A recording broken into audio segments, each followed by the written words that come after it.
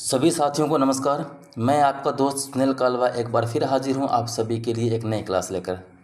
साथियों, आज इस क्लास में हम पढ़ने वाले हैं इन्वायरमेंटल एंड लैंड आर्ट और लोक कलाएँ, जो आपका DSSB एग्ज़ाम के लिए व अन्य सभी भर्ती एग्ज़ाम के लिए काम लाभदायक होता है।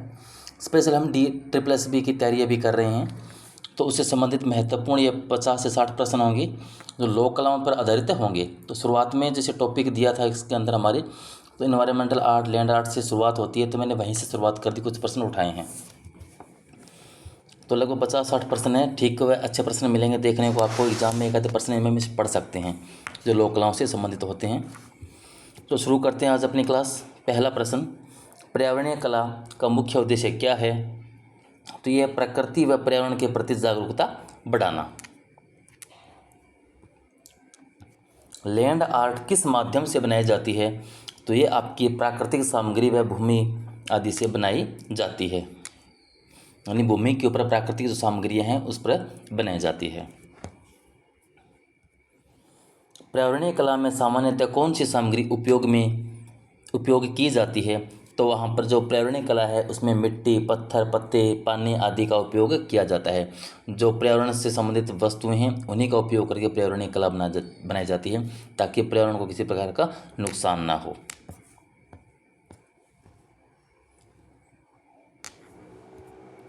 लैंड आर्ट के मुख्य कलाकार कौन हैं? तो एंडी गोल्ड्सवर्थ जो है आपके लैंड आर्ट के मुख्य कलाकार हैं। भारत की कौन सी लोक कला मुख्यतः धार्मिक उत्सवों में बनाई जाती है? तो आपकी पटचित्र, जो पटचित्र कला है वह मुख्यतः धार्मिक उत्सवों पर बनाई जाती है।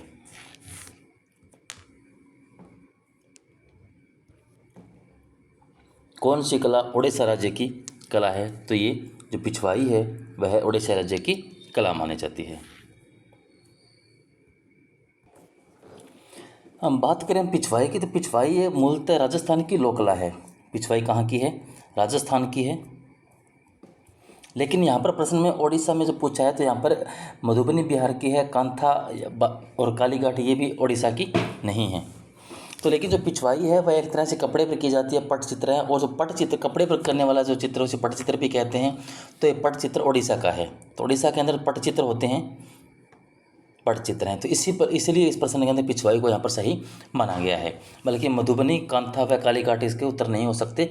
पिछवाई को सही इसलिए माना है क्योंकि पिछवाई कपड़े पर होती है, पटचित्र होते हैं, और इस प्रकार ओडिशा का भी एक पटचित्र वहाँ की लोक कला है।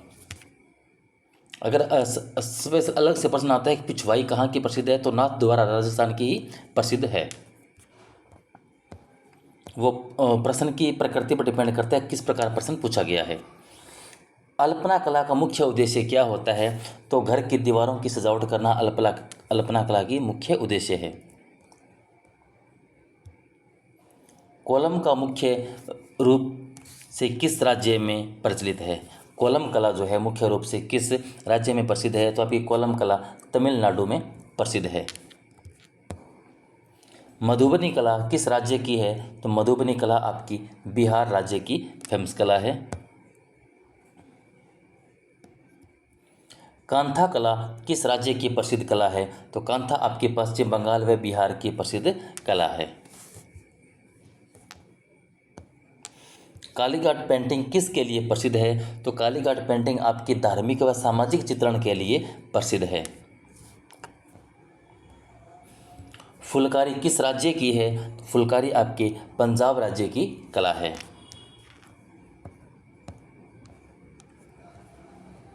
एपन कला या एपन आर्ट मुख्य रूप से किस राज्य से संबंधित है? तो एपन आर्ट है वह आपके उत्तराखंड से संबंधित है। फड़ पेंटिंग किसके लिए प्रसिद्ध है? तो फड़ पेंटिंग राजस्थान के लोक देवता और वीर गाथाओं के लिए प्रसिद्ध है।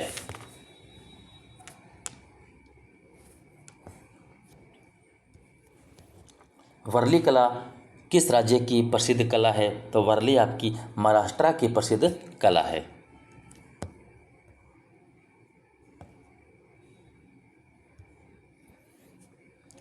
गोंड कला मुख्य रूप से किसके लिए जानी जाती है? तो गोंड कला आपकी मुख्य रूप से जानी जाती है वह है मध्य प्रदेश व छत्तीसगढ़ के लिए। मध्य प्रदेश व छत्तीसगढ़ के लिए जानी जाती है गोंड कला।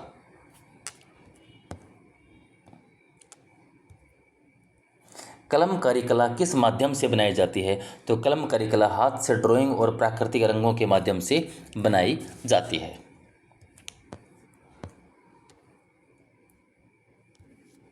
तंजौर पेंटिंग किस राज्य से संबंधित है? तो तंजौर आपके तमिलनाडु से संबंधित है। सोरा कला का मुख्य विषय क्या होता है? तो सोरा कला का मुख्य विषय प्राकृतिक दृश्य व आदिवासी जीवन इसका मुख्य विषय होता है।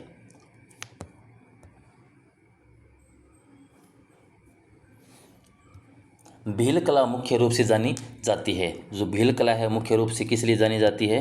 वह आपके बिंदु पद्धति के लिए जानी जाती है। तो भील कला किसके लिए जानी जाती है?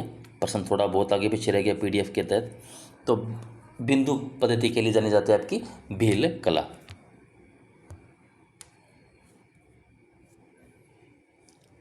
भील आदिवासियों का मुख्य राज्य कौन सा है? तो भील आदिवासियों का मुख्य राज्य आपका राजस्थान है।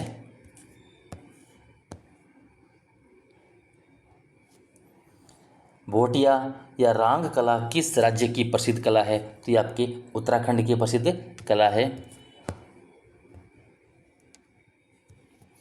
जौनसारी कला मुख्य रूप से किसके लिए जानी जाती है? तो जौनसारी आपकी उत्तराखंड के पौड़ी और देहरादून क्षेत्र के लिए जानी जाती है। तो सही उत्तर होगा ए, उत्तराखंड के पौड़ी और देहरादून क्षेत्र के लिए जानी जाती है आपकी जौनसारी कला।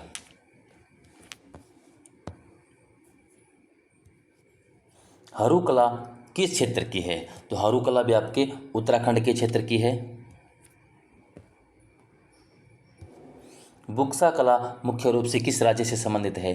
तो बुक्सा कला आपके पश्चिम बंगाल से संबंधित है। भील कला में मुख्य विषय क्या होते हैं? तो भील कला के अंदर देवी देवता, शिकार और प्राकृतिक जीवन मुख्य विषय होते हैं।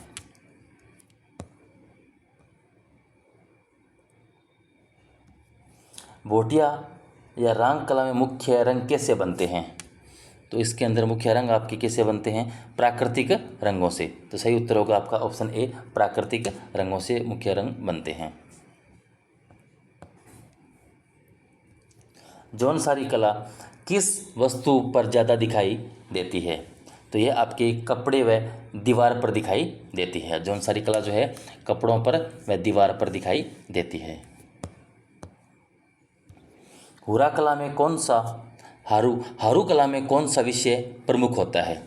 तो हरू कला के अंदर दैनिक जीवन और कृषि कार्य प्रमुख रूप से होता है। दैनिक जीवन व कृषि कार्य। बुक्सा कला का उपयोग मुख्यतः किस उद्देश्य से होता है? तो बुक्सा कला का मुख्य प्रयोग धार्मिक अनुष्ठान व सजावट के लिए होता है। भील कला में चित्रण की तकनीक क्या है? तो बिंदु और रेखा इसके मुख्य चित्रण की तकनीक है।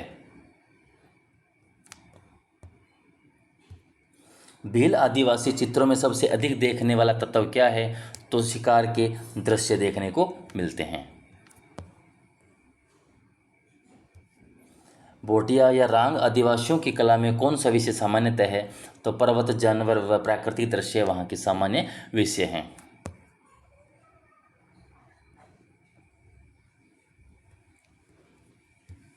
जौनसारी कला किस परंपरा को दर्शाती है? तो लोक जीवन व संस्कृति को दर्शाती है।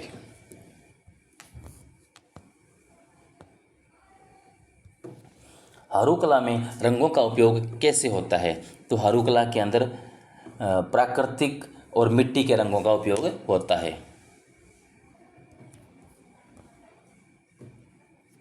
बुक्सा आदिवासी जो कला है किस वन क्षेत्र में आती है? तो ये आपके बक्सा टाइगर रिजर्व पश्चिम बंगाल के अंदर आती है।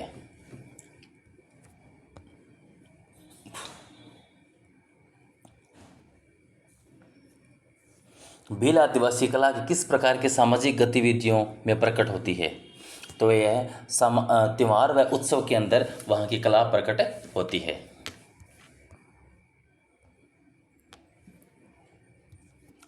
भोटिया या रांग कला में किस प्रकार के प्रतीक अधिक होते हैं?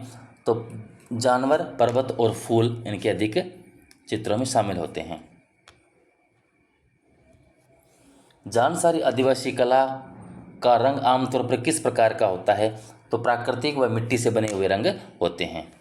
वैसे भी लोक कलाओं के अंदर सबसे अधिक प्राकृतिक रंगों का इस्तेमाल किया जाता है। पटचित्र पेंटिंग किसके लिए प्रसिद्ध है? तो पटचित्र आपके उड़ीसा के धार्मिक पौराणिक चित्रों के लिए प्रसिद्ध है।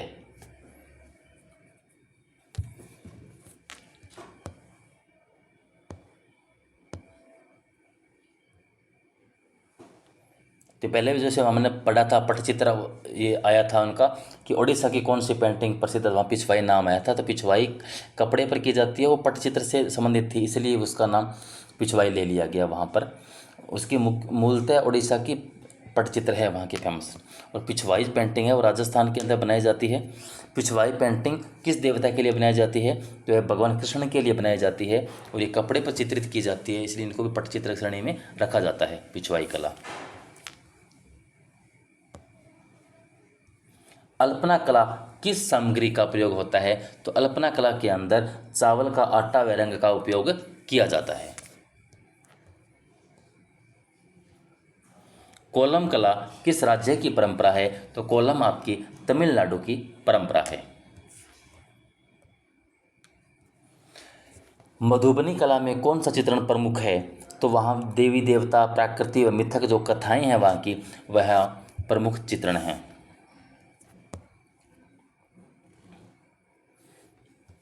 कांथा कला मुख्य रूप से किस परंपरा का हिस्सा है? जो कांथा कला है वह सिले आपकी कढ़ाई और सिले हुए कपड़ों से संबंधित है, यानी उन पर की जाने वाली एक कला है, कढ़ाई की जाती है सिले हुए कपड़ों के ऊपर, उसको कांथा कला का रूप में माना जाता है, कांथा कला है। कालीघाट पेंटिंग किस शहर से संबंधित है? तो कालीघाट पेंटिंग आपकी कोलकाता, पश्चिम बंगाल से संबंधित है। फुलकारी किस राज्य की प्रसिद्ध कढ़ाई कला है? तो फुलकारी आपके पंजाब की एक कढ़ाई कला है, वस्त्र पर की जाने वाली कढ़ाई है फुलकारी।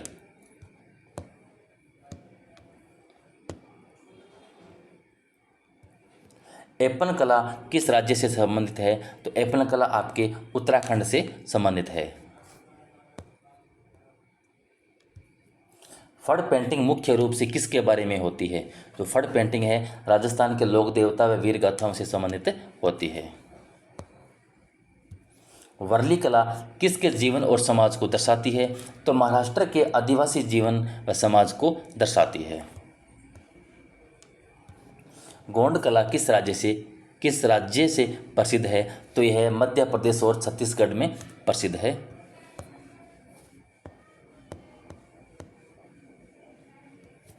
कलमकारी कला में किस प्रकार के चित्र बनते हैं? तो कलमकारी के अंदर धार्मिक व पौराणिक कथाओं के चित्र बनते हैं।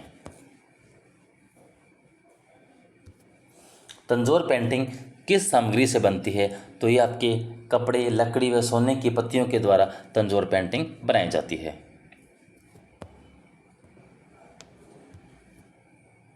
सोरा कला मुख्य रूप से किस विषय पर होती है? तो सोरा कला आदिवासी जीवन व प्रकृति से संबंधित होती है। बिल पेंटिंग में मुख्य तकनीक क्या है? तो बिल पेंटिंग में बिंदु व रेखा मुख्य तकनीक है।